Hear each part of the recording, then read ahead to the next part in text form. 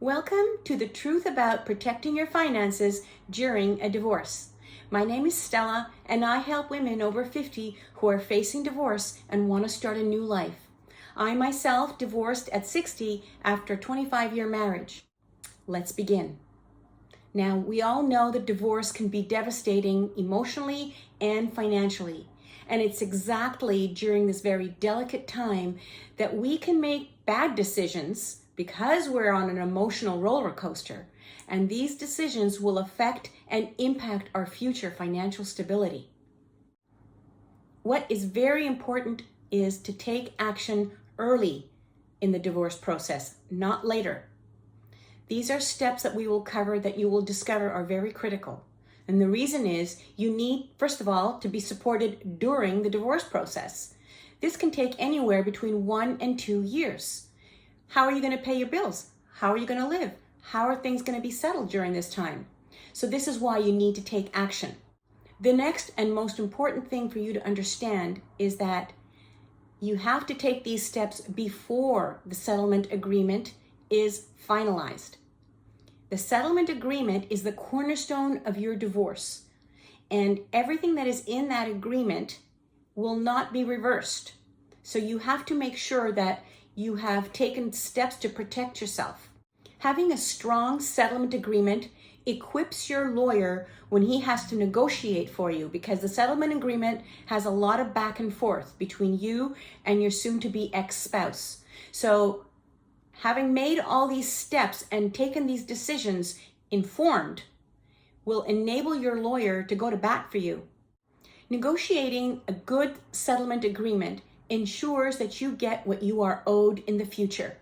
This is so important because it includes matters like your spousal support, child support, interim support during the divorce process, the division of assets, pensions, medical insurances and payments, and there's a few more, but we can't touch all of them right now. It just gives you an idea of the scope of the significance of the settlement agreement. And having a strong settlement agreement really empowers your lawyer to go to bat for you. This is significant. A recent article published by a Toronto-based law firm quoted a StatsCan survey indicating that 25% of women have retirement savings plans that would be their main source of retirement income. This is why the focus of my presentation today is so critical. A lot of women will be relying on a good, strong financial plan. Your will. This is the first thing you need to take care of. Nobody seems to mention this, but your will does not change just because you're separating. Your will won't change even if you're divorced. The only way your will will change is if you deliberately make a change. You need to go to your notary and update your will. Because if something happens to you during the separation process, your soon-to-be ex-spouse still has claim to your estate. Nothing has changed. The only way things will change is if you have updated your will during the separation process, sooner than later. You need to know without a doubt that separation has no impact on your will. Beneficiaries must also be changed. These do not change automatically when you're separating, not even when you're divorced. So this means your bank accounts and financial instruments. To be a little bit more specific, your insurance policies, your investment accounts, your retirement savings plans, all these need to be changed. It's important that you make sure that your soon-to-be ex-spouse does not have authorizations over your personal accounts, not just your bank accounts, but any other accounts, investment accounts, retirement savings plans, any insurance accounts. You have to make sure that he has no authorization. You've got to remove this. Over and above, make sure that you have all the necessary information to log into your joint accounts. The logins, the passwords, everything that is in your joint name, you need to have those logins. Make sure of this. This is really important because he might change those passwords. So make sure that you're on the up and up about these. Something else to consider. Do you have authorization to put a hold on any of these accounts? For example, you are the beneficiary of a joint savings account. Okay, so is your spouse. But what if your spouse empties that account?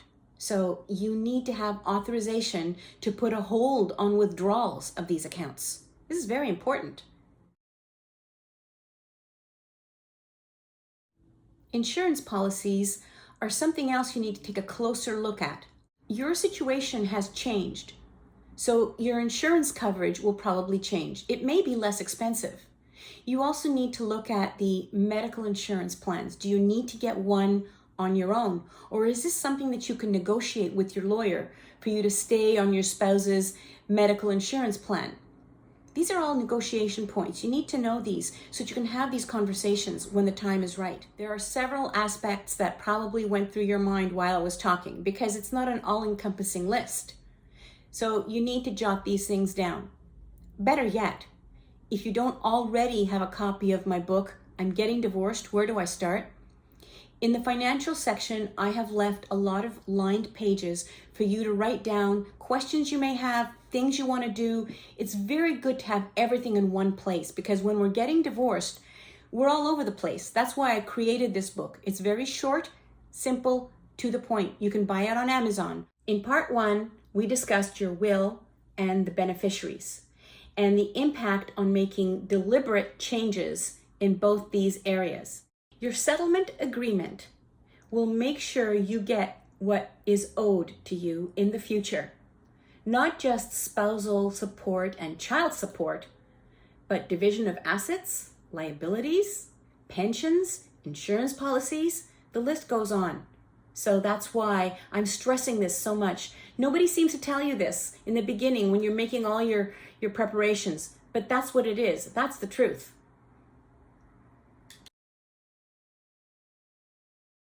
It's very important you don't wait until the divorce is over and final to consult a financial advisor. By then, it's too late. Your separation agreement is cast in stone for the rest of your life. Also, don't use the same financial advisor your soon-to-be ex-spouse is using. There's plenty out there that are happy to help you. There are even certified divorce financial advisors. There are also some that are provided by your lawyer's office, and sometimes it's a favorable rate. So look into that. Similarly, don't let the courts or your soon-to-be ex decide on the division of assets and your financial future. This would be a very big mistake. The reason that I say that is actually everyone is looking after themselves. Your soon-to-be ex is going to look after what benefits him. And if you don't raise any objections, the judge is going to assume that you are in agreement with everything. He's not going to ask any questions. He's going to just hurry up and pass it on, especially since there's such a backlog of divorce cases in the court systems since the pandemic. So please, this is not something that you can neglect. Get yourself a financial advisor as soon as possible. I do understand the overwhelm here.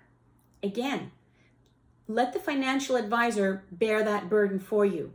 Work closely with them, and they, since they're being paid by you, they will take care of your best interests, and you need to work closely with them. There are things that can be so wonderful for you. You need to have a comprehensive understanding of your finances beyond your month-to-month cash flow. For example, it's important to know what the transaction costs are, the liquidity fees, penalties, as well as the tax implications. What I mean by this is when you divorce and you divide up your assets, the division of the assets might mean emptying out a certain account, but there's a penalty associated with that. Or there's a transaction fee. Sometimes these transaction fees and penalties are so enormous and you can't bear the burden of those penalties, and maybe there are other ways around it. A financial advisor would be in a position to tell you what the best process is. What comes to mind at first are your bank accounts and your financial portfolio, but there is so much more to consider than that. There's your retirement savings plans. There's your business holdings. For example, you may have equity in business or businesses. There's residential and commercial real estate. You can see just by the scope of my conversation with you that there are a lot of aspects that you need to address, because there's a lot of advantages to you to have your holdings restored to you after the divorce. And at the same time, there's the umbrella of the tax implications and all the fees that are associated to moving around all these assets. It isn't clear cut. It isn't very simple. So your financial advisor is your best friend here. Once you have ironed all of these things out with your financial advisor, now you have a comprehensive picture. You can take that information and go to your lawyer, because your lawyer will receive instructions from you. You're paying him. So he will do what you ask him to. And you tell him, this is what you have and this is what your expectations are. He will go to bat for you. Again, all of this goes into the separation agreement. The separation agreement is the cornerstone of your divorce and stays with you for the rest of your life. Don't neglect this step. It's critical. Having a good handle on all of this is really in your advantage. Another matter of importance is your bank account. Make sure you have a bank account in just your name. Make sure you have your own ATM card, and make sure you have at least one credit card in just your name. The reason for this is because you want to protect yourself during the divorce process. You want to make sure that you have access to money during the divorce process. Remember, this process can take 1 to 2 years. If you don't have a credit card in your name, it's not so complicated. Credit card companies are very happy to dish out credit cards. Go to your grocery store or your pharmacy. They all have their own store cards. Fill out the credit card application using your household income, including your spouse's, but only put your name on the card. Even if all you get is a $500 credit limit and a card in your name with just $500, that's the beginning. I promise you, within a year, you're going to get a letter from the credit card company and they're going to ask if you want to increase your credit limit. And that's how it starts. And once you have that one, then you have access to getting a second credit card because you already have one with a credit history. Another thing that I wanted to mention is what happens very often in the divorce process is your soon-to-be ex-spouse cuts you off the joint credit card without warning. Am I speaking from experience? Maybe. So, if you have your own credit card, you can save face. Let's say, for example, you have a gym membership and it's on that joint credit card. And you get a call from the gym telling you that your credit card was declined for the last payment. Now, you don't lose face. You say, oh yes, there's a misunderstanding. I forgot to add my other card. Could you please add this card? I'm sorry for the inconvenience. It's seamless. You don't get a bad credit rating and you are empowered. You look like a boss because you have another credit card in your name. Regarding your joint accounts, I mentioned this in part 1, but it bears mentioning again. Make sure you have all the logins and all the passwords for the joint accounts. First of all, those passwords might have been changed, and you have every right to ask your spouse for the new password because it's a joint account. He's not going to argue that point. But what can also happen is that he might empty that account. So make sure you have authorization on this account. What I mean by that, you want to be able to put a hold on all withdrawals because that will stop that. Another thing to consider on the subject of credit cards, joint credit cards, if it's a joint credit card, you are equally liable. that is a potential nightmare because he can go buy a car on his credit card. You never know. And he may default on his payment, and guess who's on the hook to pay that credit card? So this is something that you don't want to neglect. Having a handle on the passwords and the logins and making sure that you have an authorization on all of these accounts will save you a lot of headaches going forward. Don't forget, you can contact your bank also and let them know what's what. And you may have to explain to your account manager why you want to make sure you have authorization to withhold any withdrawal. It also helps because perhaps you have a joint account that is being used to manage payments like your mortgage or child support, things like that during the divorce process. So you want to make sure you have a good handle on this. I have a video which talks about how you can use technology to protect your finances during a divorce, because there's a way that you can actually monitor these things without even having a conversation with your spouse. There's apps that you can use. There's a way that you can go around it. It's really important. If there are things that you don't understand, speak to your financial advisor. This is the reason why it's necessary that your financial advisor is not the same financial advisor you were using when you were a couple. Your soon-to-be ex-spouse is going to be looking after his interests. Believe me. This next step is really simple. Get a copy of a credit report for yourself and your soon-to-be ex-spouse. Why is this important? Anything that is hidden from you will be revealed in the credit reports. If there is something that he has done that you don't know of, like emptied your nest egg and bought himself another house or went to the casino, these are things you need to know before you get to your lawyer's office. You need to be prepared for these things. And the reason that I say before you get to your lawyer's office is if this comes up and you're shocked and surprised in the lawyer's office, you can imagine the long conversation that's going to happen. You're totally unprepared and you're spending high-ticket dollars having a discussion that is not coming to any resolution on the spot. So you need to have an understanding of what's what and discuss it with your financial advisor, let your lawyer know, and take the next step, because there's ways of protecting yourself. Not to mention the fact that you don't want to look like a fool when you're sitting in your lawyer's office and this information comes out. Tax planning. I'm not an accountant. I'm not even going to touch the details.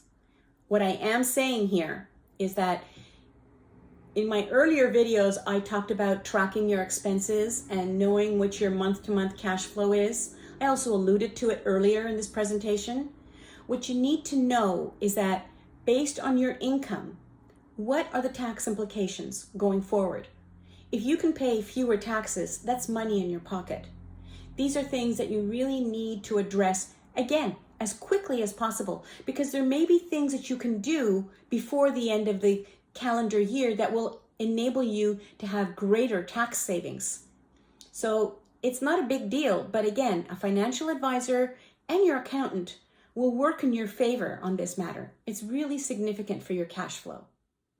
Not to mention, you want to map out your future income and your future tax savings.